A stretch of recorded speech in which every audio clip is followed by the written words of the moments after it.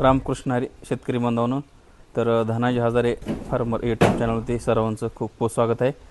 तर तुम्ही बघतायच पाठीमागं, तर कालच्या शनिवारी व्हिडिओ काढायला जमलं नाही, काही कारणास्तव व्हिडिओ तुम्हाला आला नाही, क्षमा असावी. तर आज एक आलो आहे बरं का, आगळ्या वेगळ्या एक गोट्यावरती आलो बरं का. डायरेक्ट ऑन द स्पॉट आपण व्हिडिओ घेतो आहे बरं का त्यांचा, आणि त्यांचं काय असेल ती माहिती समोर आपण विचारणार आहोत. तर त्यांची माहिती घेऊया. तर बघा एक किती मेंढ्यात काय सगळं तुम्ही बघू शकता. तर चला बॅक कॅमेऱ्यातून दाखवतो, आणि लाईक करा, सबस्क्राईब करा, शेअर करा आणि कमेंट करा. कमेंट कमी पडते, सबस्क्राईब वाढत नाहीत माऊली, तर कमेंट करा, सबस्क्राईब वाढवा आणि सपोर्ट करा. नाही तुमचा सपोर्ट आहे माऊली, त्याबद्दल नो डाऊट, तरी पण सपोर्ट वाढवा. तर धन्यवाद. तर चला पुढच्या कॅमेऱ्यातून आपल्याला व्हिडिओ बनवूया. तर बघा शेतकरी बांधवांनो, नियोजन कसं कसं केलं बघूया आपल्या शेतकरी बांधवांनी. तर आलो आपण एका वेगळ्या गोट्यावरती बघा. काय तुम्हाला सर्व माहिती देऊ.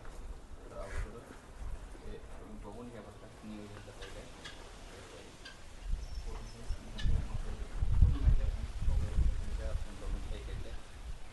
बघू शकता पूर्ण डिटेलची काय सर्व असे केले, असं आहे बरं काय.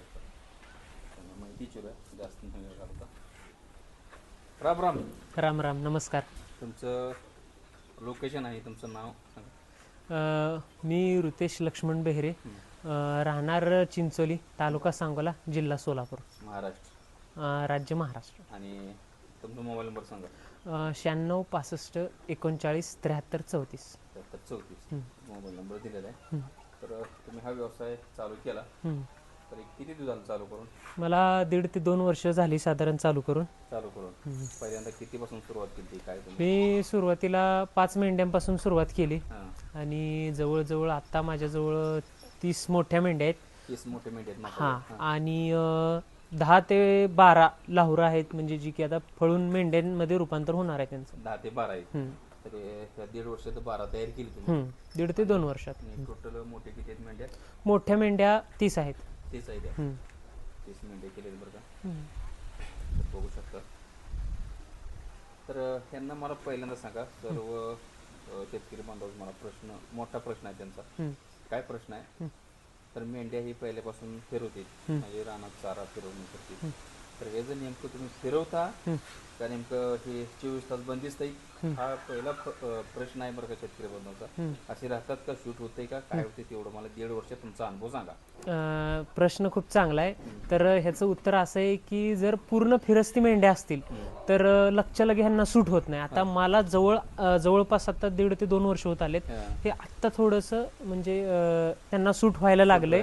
आणि पूर्ण टोटल बंदिस्त जर म्हटलं तर तसंही त्यांना चालत नाही, कारण त्यांच्या पायाच्या नख्या वगैरे वाढतात. आणि ह्यांचं म्हणजे बेसिक नेचरच आहे की ते फिरून हिंडून त्यांचं चारा शोधून खाण्याचं बेसिक नेचर आहे. त्याच्यामुळे तुम्ही दिवसातनं कमीत कमी 2-1 तास पाय मोकळं करण्यासाठी, मग जेणेकरून फिरल्यानंतर पाणी वगैरे व्यवस्थित पितेत, त्याच्यामुळे तुम्ही तास ते 2 तास, भले असं काही नाही की तुम्ही रानात चारायला न्या काय न्या, तुम्ही अशी व्यवस्था करू शकता की कंपाऊंड वगैरे करून, थोडी मोठी झाडं वगैरे करून त्याच्यातनं वगैरे मोकळं सोडू शकता.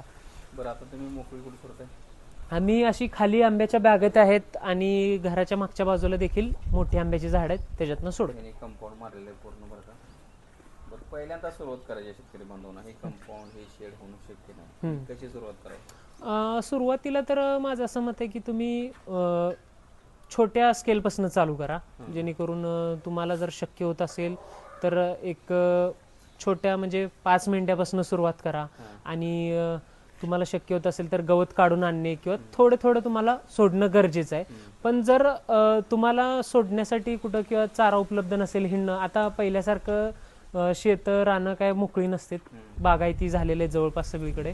त्याच्यामुळं तुम्हाला कंपाऊंड केल्यानंतर ह्याचा तुम्हाला जरा बेनिफिट वाटू शकतो आणि त्रासदायक कमी वाटू शकते.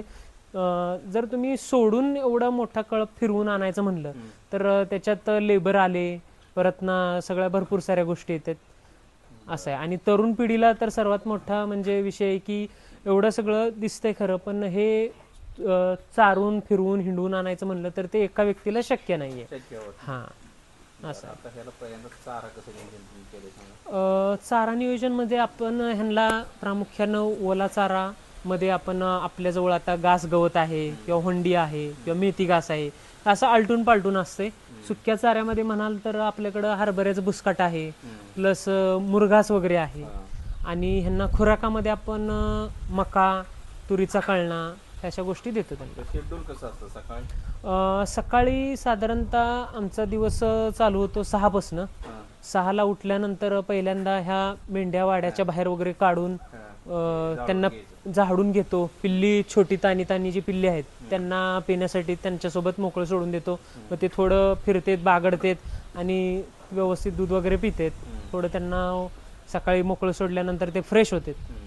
मग वाडा वगैरे लोटून झाल्यानंतर मग ह्यांना आम्ही तुरीचा कळणा टाकतो. सकाळी तुरीचा कळणा. तुरीचा कळणा म्हणजे काय आहे? तुरीचा कळणा म्हणजे कसं असतं, जसं आपण हरभऱ्याची डाळ भरडल्यानंतर जे वरचे टरफल असतात तसंच असते, फक्त हे मिलमध्ये मोठ्या केल्यामुळे त्या तुरीचे बारीक डाळीचे कण पण त्याच्यात येतात. त्याच्यामुळे हे प्रोटीन युक्त असते आणि ह्यांना चांगलं म्हणजे यांचं पोषण चांगलं होतं आणि पोट पण भरलं जातं यांचं. उपलब्ध कुठे आहे? हे आम्ही साधारणतः बार्शीतनं आणलंय. तिथं खूप मोठ्या मोठ्या मिल आहेत, सो आम्ही तिथनं आणलेलं आहे. आणि आम्ही काय करतो, साधारण हे रात्री पाठीमध्ये भिजू घालतो आणि मग सकाळी ते असं एकदम फुगून होते भरपूर. भिजल्यानंतर फुगून चांगलं होतं. कसं किलो ती परवडेल का? कसं किलो ते म्हणजे आता सध्याच्या ह्या काळात पाहायला गेलं तर ते एक चांगला चारा आहे कमी पैशात. म्हणजे आम्हाला घरपोच म्हणलं तर 26 रुपये किलोनं घरपोच पडलेला आहे. हा, हो परवडते. कारण तसं बघायला गेलं तर आता सरकी पण चांगली असते, पण सरकीचे दर वगैरे किंवा दुसरं खापरी पेंडीचे दर वगैरे आता सध्या परवडत नाही. हे चांगलं आहे, त्यांचं पोषण पण होतंय आणि यांना पुरवठी पण पडते. ते एक दृष्टीने बरं आहे. संध्याकाळी काय चारा असतो? संध्याकाळी तुम्हाला सांगतो, म्हणजे सकाळी जर दुपारच्या सकाळच्या शिक्षणमध्ये आम्ही तुरीचा कळणा टाकल्यानंतर दुपारी साधारणतः 10:30-11 वाजता बाहेर मोकळं सोडतो. 12-1ला 1च्या आसपास 1-1:30च्या आसपास कोंडतो आणि कोंडल्यानंतर जर आम्ही सकाळी आपण घास गवत टाकलं तर संध्याकाळी मुरघास टाकतो. किंवा सकाळी जरी म्हणजे दुपारच्या शिक्षणमध्ये जर आम्ही हे टाकलं, तुरीचं बुसकट टाकलं, तरी संध्याकाळी असं आलटून पालटून एकदा सुक्का एकदा ओला असं टाकतो. मग संधी काय? मग संध्याकाळी काय? संध्याकाळी आम्ही मका टाकतो. बरं, एवढ्याला किती मका असते? एवढ्याला आम्ही 1500 मका टाकतो. 1500 म्हणजे किलो तुम्ही कॅल्शियम करा. 5 किलो तरी आता टोटल तुमच्याकडे किती? आता बघा, मोठ्या मेंढ्या 30 आहेत, लाहुरं 10 आहेत, म्हणजे ते 40 आणि पिल्ली आहेत 22.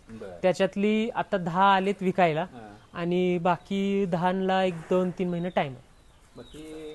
किती दिवसाचा आहे नर आहे ना? हा नर जवळजवळ दाताला 4 आहे आणि साधारणतः दाताला कसं हे बघा,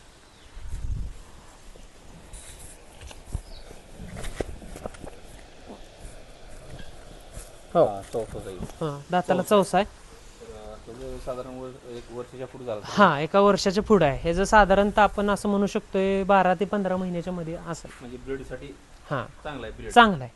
हे माडगेळ मध्ये क्रॉस मध्ये आहे. ही सगळ्या म्हणजे कुठल्या क्रॉस मध्ये कुठल्या जाती? ह्या मेंढ्या तुम्हाला सांगतो, हे माडगेळ क्रॉस मध्ये आहेत आणि ह्या चांगल्या आहेत मेंढ्या, जातीला पण चांगल्या आहेत आणि खायला वगैरे पण चांगल्या आहेत. ह्याचं वैशिष्ट्य असं आहे की ह्याची पिल्ली देशी मेंढ्यांपेक्षा लवकर वाढ घेते. हा, देशी परवडत नाही का मग तसं? देशीचं कसं आहे, देशी परवडते पण देशीची पिल्लं वाढ घेत नाहीत. पण कम्पॅरेटिव्हली देशी पण चांगलं आहे बरं का, पण ज्याला जे जमतंय त्यांनी ते आपलं केलं पाहिजे असं. मग माझ्यात देशी एक आहे की माझं पण वाढवायचं चाललंय, देशीचं एक आहे, त्याच्यापासून जे वाढेल. आता नवीन काय मी घेतलेलं नाही. हा, देशीला दवा पाणी कमी आणि सगळे रोगराई आजार हे कमी आणि आपलं टाइम टू टाइम वॅक्सिनेशन वगैरे असते यांना. आता ही लहान पिल्ली किती आहेत सगळे टोटल? एकदम लहान म्हणजे विकायला आलेली का असं जन्मलेली सांगू तुम्हाला? जन्मलेली किती? जन्मलेली आता टोटल 12 आहेत. आणि विकायला आलेली 10 आहेत. आता ही तुम्ही 64 दाखवला, ही काय किंमत होईल अंदाजे? काय बाजारात ह्याची तरी 35,000 ते 40,000 रुपये किंमत होईल की. 40,000 किंमत होईल. वजन पण भरपूर आहे, हाईट पण भरपूर आहे आणि लांबीला पण आहे थोडा. पिल्ल्यान जरा बघायचं. पिल्ल्यान चला की या.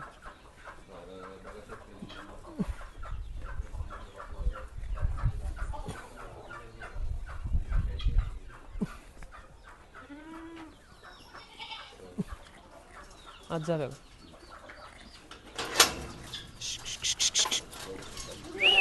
आहा ते मोठं पकडा समजून किती महिन्याचं ते पलीकडलं? हे का हा, हा. हे साधारणतः 4.5 ते 4.5 महिन्याचं आहे. 4 महिने, 4.5 महिने. हां 4.5 महिन्याचं आहे. बरं, वजन तर त्याचं बऱ्यापैकी असेल. बरं, वजन साधारणतः त्याचं एक 15 किलोच्या आसपास असायला पाहिजे. 10 ते 15 किलो. शेतकरी म्हणून तर जे डबल ते खराब आहे ते डबल झालंय का? हां म्हणजे कसं आहे माहिती आहे का, ह्याच्यात पण जे डबल झालेले आहेत ते थोडेसे नरम राहतील पिल्ली. डबल झालेले आहे ते. बरं, हे डबल झालेलं आहे, हे डबल झालेलं आहे, त्याच्यामुळे थोडंसं वजन भरपूर वाढलेलं दिसते. हो वजन वाढलेले आहे. बघा 4 महिन्याची आहे ती. हो सगळे 4 महिने 4 महिन्याच्या पुढचे आहेत. हा, ते देशी एक आहे का? हां हे देशी आहे, हे लाहोर आहे. आम्ही लाहोर विकत नाही, घरीच? बकरी तेवढी विकतो आणि ही लाहोर घरीच मेंढ्या तयार करतो. तर बघू शकता बरोबर. घरी लाहोरापासून घरच्या मेंढ्या तयार केलेल्या ह्याला अजून इम्पॅक्ट पडतो किंवा फरक पडत जातोय. जसं की आता हे बंदिस्त थोडं सोडतो, तर घरची जी ही लाहोर आहेत ह्यांना सवय इतकी छान लागते की हे परत जास्त आजारी नाही पडणार. घरी येते. हा घरी इथं जी तयार होते ते जास्त आजारी नाही पडणार, हे बंदिस्त त्यांना सूट होणार. आता ह्या ज्या मोठ्या मेंढ्या आहेत त्या पहिल्यापासून अशा फिरस्तीवर असल्यामुळं त्यांना जास्त बांधिलकी सहन होत नाही किंवा त्यांना सूट होत नाही म्हणा, पण आता त्यांना सूट व्हायला लागले. हे तर तयार केलेल्या वाड्यात हे त्याला म्हणतेस काही अडचण नाही. काय अडचण नाहीये त्यांना. एकदा जर सवय लागली पिल्लांपासून तर चांगले राहते. तर ह्यात सगळ्यात मोठं जे आहे ते काय तरी अंदाजे काय किंमत होईल? साधारणतः एक 10+ जाते, पण माझा एक असा अंदाज आहे 12,000 जायला पाहिजे. हा, जायला पाहिजे. 4 महिन्यातले आहेत सगळे. तर या इकडं शेतकरी बांधवांना पूर्ण सविस्तर माहिती तुम्हाला सांगितलेली आहे. हे जे खराब जे काय दिसतं काय कारण काय लावलं? ह्याचं खराबचं म्हणजे कसं आहे, एकतर वेल्यानंतर मेंढी थोडी अशी ही दिसते आणि त्याच्यात पण कसं झालंय, ह्यांना थोडं एक 2 ते 3 महिन्यातनं का नाही ब्रोटॉन औषध दिलं पाहिजे, जेणेकरून लिव्हर टॉनिक. ते औषध सांगा जरा प्रोटीन तुम्ही काय औषध काय करता? औषध म्हणजे कसं आहे, ह्यांना ब्रोटॉन औषध 10 मिली पर मेंढीला आपण दिलं पाहिजे. किती महिन्यातनं? 3 महिन्यातनं दिलं पाहिजे. किंवा कसं आहे ते रिकमेंड काय करतात, महिन्यातनं 10 दिवस द्या अशी कंपनी रिकमेंड करते. पण आपण काय करतो की जास्त दवा पण चांगला नाही, त्याच्यामुळं थोड्याशा खाण्याला कमी आल्या किंवा लिव्हर स्वच्छ होण्यासाठी आपण ते देतो. काय बदल वाटला तर हा देतो Proton आपण. देताय. हो ब्रोटॉन देतो, जेणेकरून त्या मेंढीवरती पण शायनिंग येते, तिची भूक वाढते, तिचं रवण सुधारतो. अशा बऱ्याचशा गोष्टी आहेत. आणि जनतासाठी कुठलं काय? जनतासाठी वेगवेगळं आहे, सीझन मध्ये वेगवेगळं आहे. आता तुम्ही बघायला गेलं तर थंडीमध्ये ट्रायक्लामार देतात. गाभण मेंढ्या असेल तर हायटेक वगैरे, ते मोठ्या जनावरांनाही ह्या जनावरांनाही चालते. भरपूर सारे आहेत.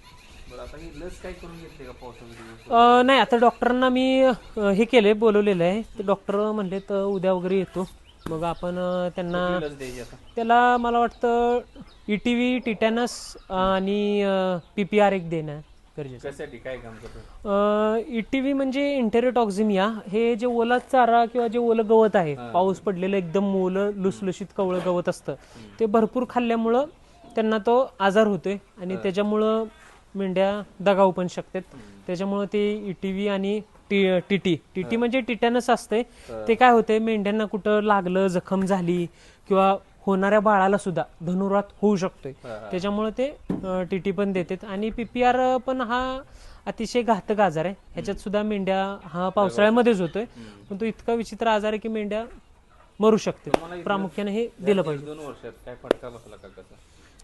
फटका म्हणजे ह्या वर्षभरात काय झालं की थोडंसं मॉर्टिलिटी म्हणजे मरतूक थोडीशी जास्त वाटली आणि थोडेसे लहान पिल्लांना वगैरे आजार, म्हणजे कसं डोळ्यातनं पाणी येणं, चिपडं येणं, असं थोडासा प्रकार जाणवला.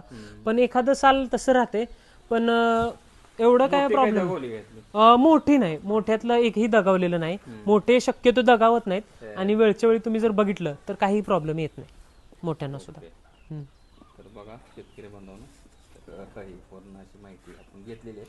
आणि प्रामुख्यानं ह्यांना आहे ना, तुम्ही जर पेंडीमध्ये किंवा ह्याच्यात खुराकात जर तुम्ही मीठ टाकून दिलं तर हे पाणी भरपूर पितात आणि त्याच्यामुळं थोडं मीठ थोडं मीठ टाकलं पाहिजे. त्याच्यात ह्यांना आयोडीन पण मिळते आणि ह्यांचं आरोग्य चांगलं राहते. आता काय इथं 40 बराई म्हणताय आरोग्यासाठी, आता काय वाढवायचं नियोजन कसं आहे? आता आपण विकत एक सुद्धा घेणार नाही. ह्याच्यातनंच आपण जे म्हणलं मगाशी की लाहोरं ठेवतो आम्ही, लाहोरातनं जी काय तयार होईल ते होईल. पिल्लीची तयारी करायची. हा मी पिल्ली तयार आता म्हणजे गेल्या 1.5-2 वर्षातनं माझे एक 15 एक तयार झालेत घरची, असं म्हणायला काय हरकत नाही.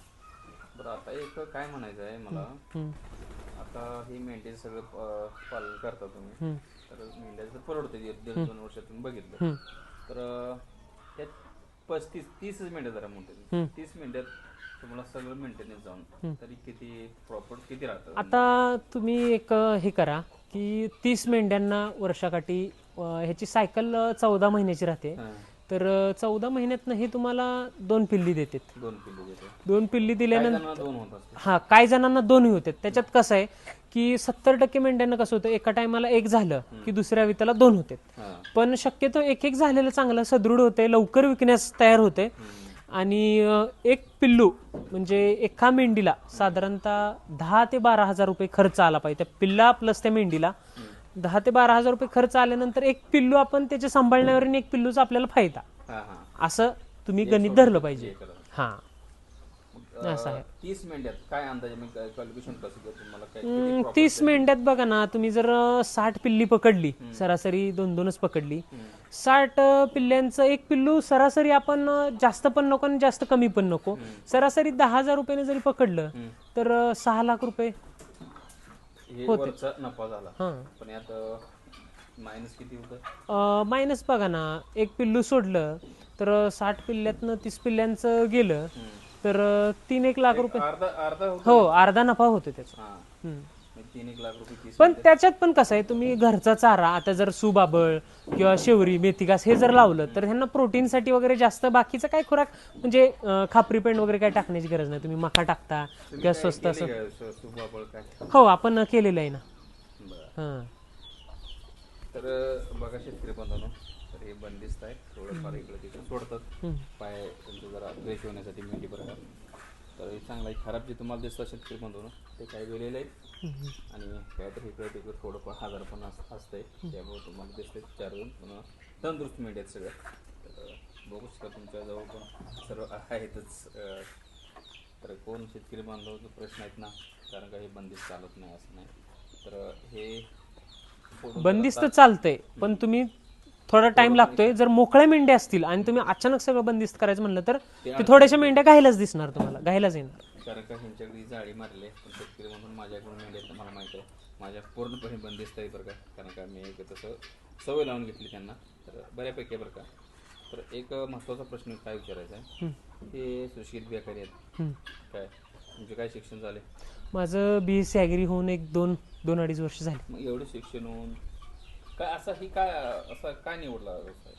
हा प्रामुख्यानं म्हणजे हा व्यवसाय चांगला आहे, ह्याच्यात कॉम्पिटिशन कमी आहे आणि तुम्ही ह्याच्यात स्कोप इतका की तुम्ही कराल तेवढं कमीच आहे. प्रॉफिट आहे. प्रॉफिट भरपूर आहे ह्याच्यात, जास्त काही व्याप नाही. बरं, आता शेतकरी बांधव जे आहेत ते सर्व सुशिक्षित बेकारी 40,000 पगारात पुण्याला जाऊन परवडत नाही काय, त्यांनी ही करावं का बिंदास काय? त्यांनी केलं पाहिजे, पण सुरुवात करताना छोट्या स्केलवर केलं पाहिजे आणि केलं तर फायदेशीर आहे, याच्यात तोटा काहीही नाही. म्हणजे पूर्ण ताकदीने तर उतरलं तर काय हो, फायदाच आहे. फायदाच आहे. बरं, आता एवढे जे आहेत शेतकरी बांधव सगळं मुलं आहेत, शिक्षण आहेत सगळं, ही मेंढ्या दिसल्यावर मुलीचे आहे बाप मुली देत नाहीत, म्हणजे कसं लग्न? आता कसं आहे, प्रत्येकाचा बघण्याचा दृष्टिकोन आहे. तुम्ही जर तुमचं प्लॅनिंग तसं असेल, मॅनेजमेंट तसं असेल, तुमचा आराखडा जर तसा असेल तर फायदेशीर ठरते. आणि हा आता ज्याचा त्याचा वैयक्तिक प्रश्न आहे. मुली देतात ना, कोण म्हणलं देत नाहीत? म्हणजे तुम्ही ह्या क्षेत्रात जर पूर्णपणे उतरला, 100% दिलं, तुम्ही जर मेहनत केली, कष्ट केली, तुम्ही जर प्रॉफिटमध्ये असाल तर देतात ना. शेतकरीही देतात, म्हणजे सुशिक्षित लोकही शेतकऱ्याला मुली देतात, काय अडचण नाही. काय तर कमवून दाखवलं तर 100% देतात, काय अडचण नाही. बघा शेतकरी बांधवांनो, असं म्हणणं आहे तर तुम्ही एवढा मला आणि सुशिक्षित लोकांना सांगायचं आहे की सगळ्यांसाठी नोकरी सरकार पण उपलब्ध करून देऊ शकत नाही आणि सगळ्यांना काय नोकरी लागणं शक्य नाही किंवा करणं पण शक्य नाही.